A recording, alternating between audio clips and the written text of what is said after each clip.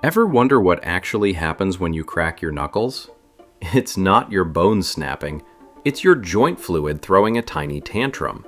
Your knuckle is a synovial joint filled with slippery fluid and dissolved gases. When you pull or bend it, you suddenly stretch the joint space. Pressure drops fast, gases come out of solution, and a bubble pops into existence. That rapid bubble collapse makes the loud crack sound. After that, your joint needs time to reload before it can pop again.